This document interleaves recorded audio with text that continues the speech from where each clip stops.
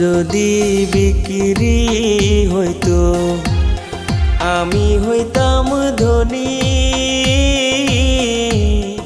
আমার কাছে আছে সই গো দুঃখ নামের খনি, সই গো দুঃখ নামের খনি।